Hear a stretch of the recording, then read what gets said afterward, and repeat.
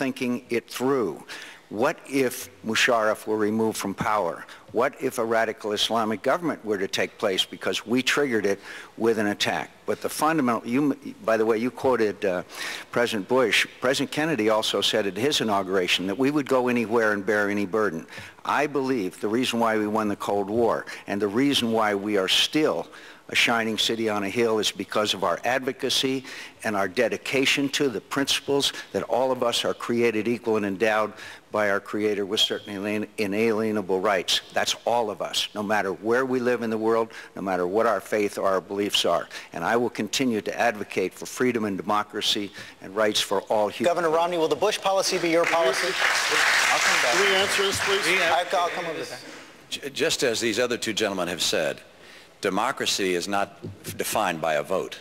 There have to be the underpinnings of democracy: education, health care, people recognizing they live in a place that has a rule of law. And that's why our effort to spread democracy should continue, not to just spread votes, but instead to encourage other people in the world to have the benefits that we enjoy and to welcome democracy. As Tony Blair said, ours should be a campaign of values, encouraging other nations to see what we have and want those things for themselves. And there's no question in this country, we need to reach out, not just with our military might, although that we have and should keep it strong, but also reach out with our other great capabilities. But did President Bush fail to appreciate the nuance you're talking about now? That's what I'm asking.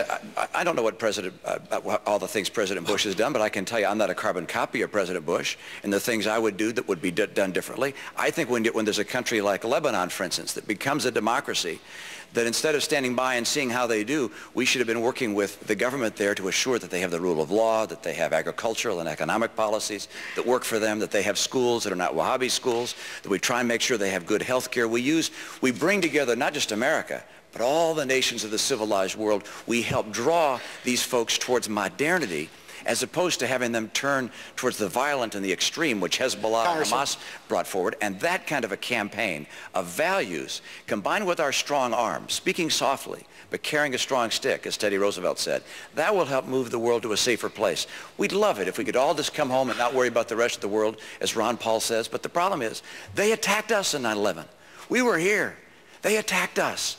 We want to help move the world of Islam towards modernity so they can reject the extreme. Congressman Tancredo, your answer on this week was, you said that in order to deter an attack by Islamic terrorists using nuclear weapons, you would threaten to bomb Mecca and Medina. The State Department called that reprehensible and absolutely crazy. Yeah, the State Department, boy, when they start complaining about things I say, I feel a lot better about the things I say. I'll tell you right now. My task as President of the United States is primarily to do one thing. By the way, not to make sure everybody has health care or everybody's child is educated. My task is to do one thing: to protect and defend this country. And that means to deter, and I want to underline deter, any kind of aggression, especially the type we are threatened with by al-Qaeda, which is nuclear attack. I read the National Intelligence Estimate.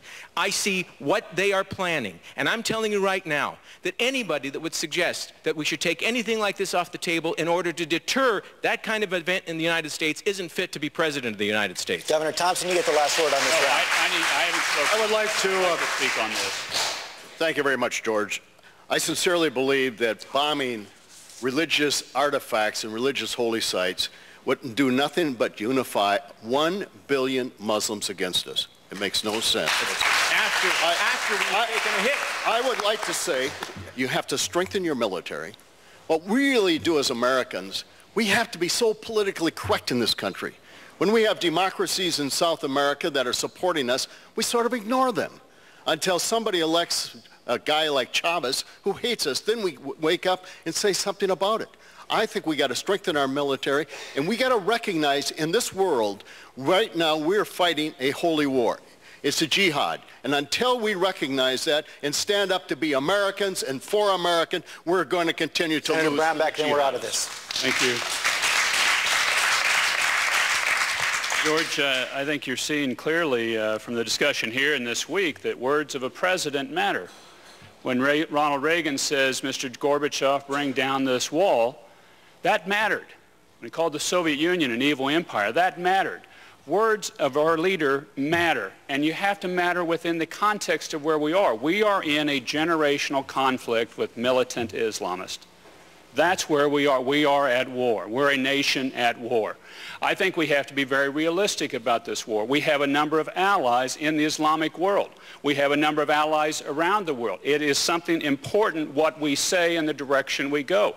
I think we push democracy, but I think we have to be realistic in the places that we push and at the time we push it. You push democracy in Pakistan or Egypt right now, you're going to get a radicalized government in Pakistan, a radicalized government in Egypt, and you're going to have a nuclear weapon radical government in Pakistan. Okay, that wraps up this section. That's why we have Thank to be you very much. I do want to on move this. on to another issue that was in the news this week. Of course, the collapse of that bridge up in Minneapolis on 35 West brought a lot of attention to our nation's infrastructure. And with that, let me turn back to David Yepsen.